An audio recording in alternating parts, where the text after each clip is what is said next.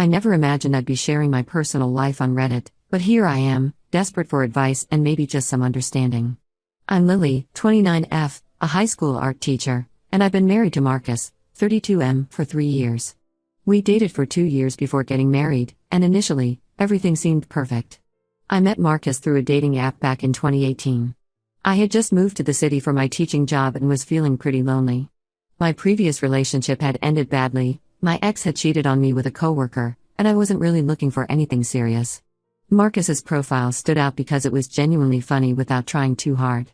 He had this dorky picture of himself at a Renaissance fair, dressed as a knight and pretending to slay a dragon. Our first date was at this tiny coffee shop downtown. He was even more charming in person, and what was supposed to be a quick coffee turned into a 6-hour conversation. We talked about everything: our jobs, our dreams, our families. He told me about losing his parents in a car accident when he was 16, and how his sister Diana, 39F, had put her life on hold to raise him. I remember feeling touched by their story and impressed by Diana's sacrifice. Marcus works as an accountant at one of the big firms downtown. He's brilliant with numbers and genuinely loves his job, which I always found endearing. We bought our house 2 years ago, a cozy 3-bedroom in the suburbs with a small backyard where I started a vegetable garden. I'm an art teacher at the local high school, and having summers off gave me time to really make our house feel like a home. The first year of our marriage was amazing. We had our routines: Sunday morning farmers market trips, Wednesday night board games with friends, monthly dinner parties where I'd cook new recipes and Marcus would pretend they were all delicious, even the time I completely messed up a curry and it was basically inedible. We were that disgustingly happy couple that our friends both loved and rolled their eyes at. Diana was always around, but in the beginning, it didn't seem too bad. She'd come over for dinner once a week, and while she could be a bit intense about Marcus, I tried to be understanding. After all, she'd sacrificed her own plans of going to graduate school to raise him after their parents died. She worked as a marketing executive and seemed to have her life together. Looking back, there were red flags I chose to ignore. Like how Diana would always bring up Marcus's ex-girlfriends and talk about why those relationships hadn't worked out. Or how she'd make subtle comments about my teaching career, suggesting that Marcus needed someone more ambitious. She'd also randomly show up at our house, usually when Marcus was home alone, and spend hours reminiscing about their childhood while barely acknowledging my presence when I got home. The real problem started when Diana lost her job last year. She claimed her company was downsizing, but I later learned through a mutual acquaintance that she'd been fired for creating a hostile work environment.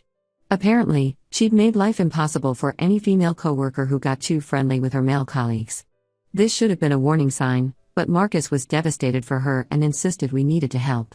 Without consulting me, Marcus offered Diana our spare bedroom temporarily until she found a new job. I wasn't thrilled, but I understood the impulse to help family. I thought maybe this would be a chance for Diana and me to finally bond. I even set up the guest room with fresh linens and bought her favorite flowers to make her feel welcome. That was 8 months ago, and everything has gone downhill since then. Diana has made exactly zero effort to find employment. Instead, she's completely taken over our house. She rearranged our kitchen without asking, claiming it was more efficient.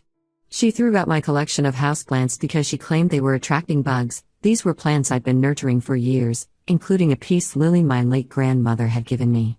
She started doing Marcus's laundry separately from mine, making comments about how some people don't know how to properly care for nice clothes. She took over grocery shopping, filling our fridge with all of Marcus's childhood favorites while ignoring my dietary restrictions. I'm lactose intolerant, but she keeps serving dairy-heavy meals and acts offended when I can't eat them. The worst part is how she's been methodically pushing me out of my own marriage. She insists on sitting between us during movie nights, usually picking films from their childhood that are full of inside jokes I'm not part of.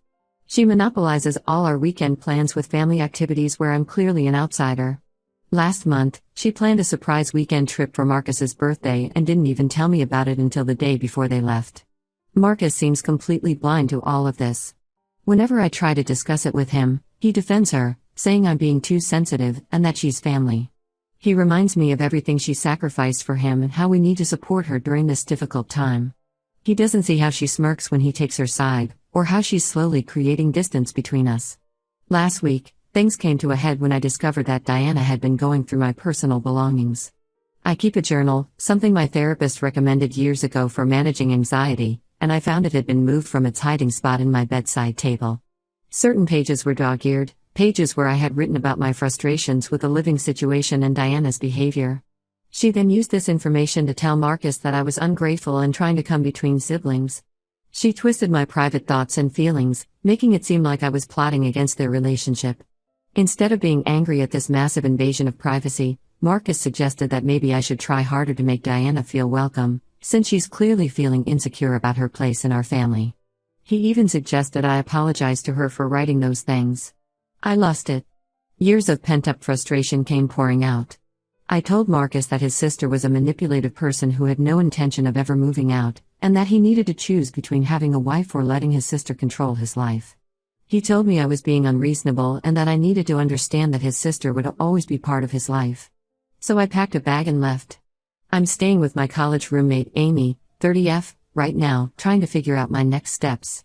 Marcus has been calling and texting constantly, but all his messages focus on how hurt Diana is and how I need to come home and make things right.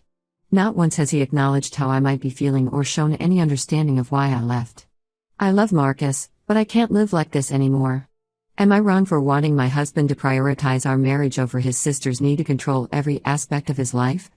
Update 1 first, I want to thank everyone for their supportive comments and messages.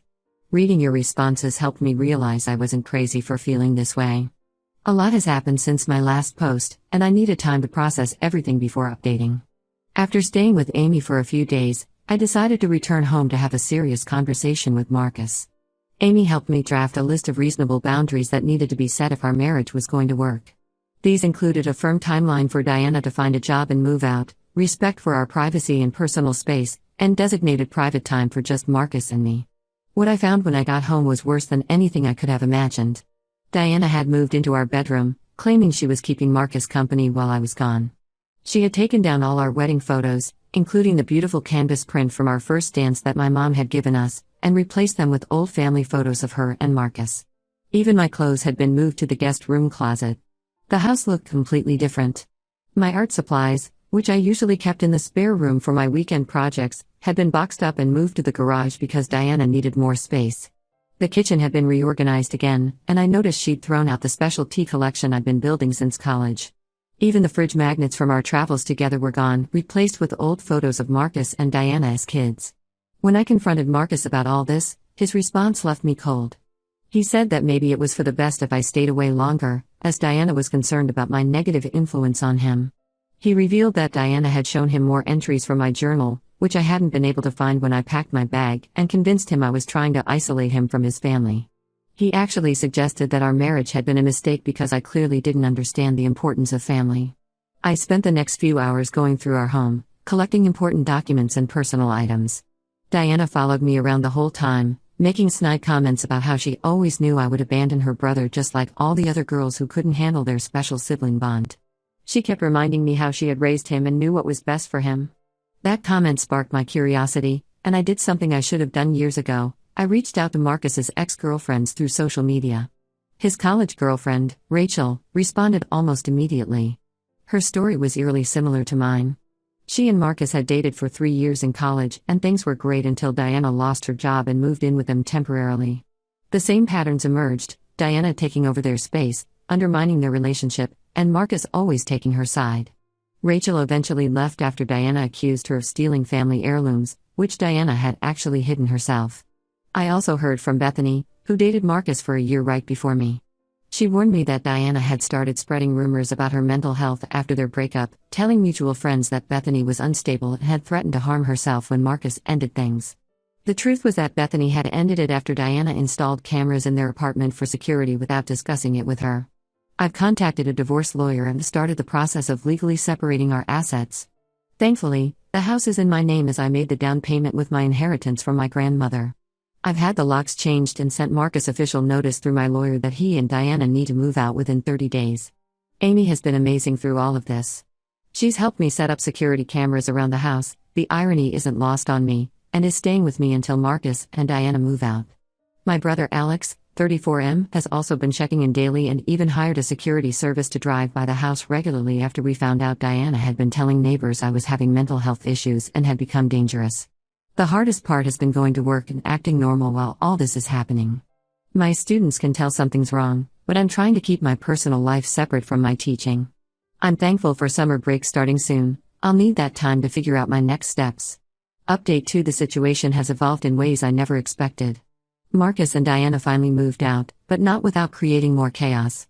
The day they were supposed to leave, Diana tried to take several of my personal belongings, claiming they were gifts she had given to Marcus. This included my grandmother's antique china set, which had been in my family for generations, and even some of my original artwork from college. I had to involve the police to recover my belongings. When the officers arrived, Diana put on quite a show, crying about how I was tearing apart their family and stealing her brother's inheritance. She even tried to convince them that some of my family photos were actually pictures of her relatives. Thankfully, I had documentation for most of my valuable items, and the officers were surprisingly understanding about the situation. Marcus stood by silently during all of this, only speaking up to ask if I was happy now that I had embarrassed his sister. It was like watching a stranger wearing my husband's face. This man who once spent 3 hours helping me hang my students' artwork for an exhibition couldn't even look me in the eye as his sister tried to steal my family heirlooms. Since moving out, Marcus has reached out several times about reconciliation. He seems to be having moments of clarity now that he's living in a small apartment with Diana. He admitted that maybe Diana's presence in our home had been a bit overwhelming and suggested we try marriage counseling. He mentioned that sharing a small space with his sister isn't what he expected, especially since she still hasn't started looking for work and expects him to support her financially. However, any hope of reconciliation was crushed when I discovered Diana's smear campaign. She created multiple fake social media accounts to spread vicious rumors about me. She contacted my colleagues at school, claiming I had mental health issues and had been emotionally abusive to Marcus. She even reached out to parents of my students, suggesting I was unstable and shouldn't be trusted around children. Some of our mutual friends actually believed her stories. People I'd known for years started treating me differently, avoiding me at social gatherings or making excuses when I tried to make plans. It was only when Diana got sloppy and accidentally used her real email to create one of the fake accounts that people started realizing the truth. The final straw came when Diana showed up at my school during class hours. She burst into the front office, demanding to speak to me about what I'd done to her family. She was carrying a folder that she claimed contained evidence of my abuse. When the office staff refused to interrupt my class, she started screaming about how I was poisoning her brother against her and destroying their family legacy. The school had to call security to remove her, and I had to explain the whole situation to my principal. By some miracle, he was incredibly understanding. It turned out his own sister had gone through something similar with her ex-husband's mother. The school has banned Diana from the premises and implemented extra security measures, just in case. Through all of this, Marcus's only response was to text me that I should have just talked to Diana when she came to the school, saying she was just emotional and didn't mean any harm.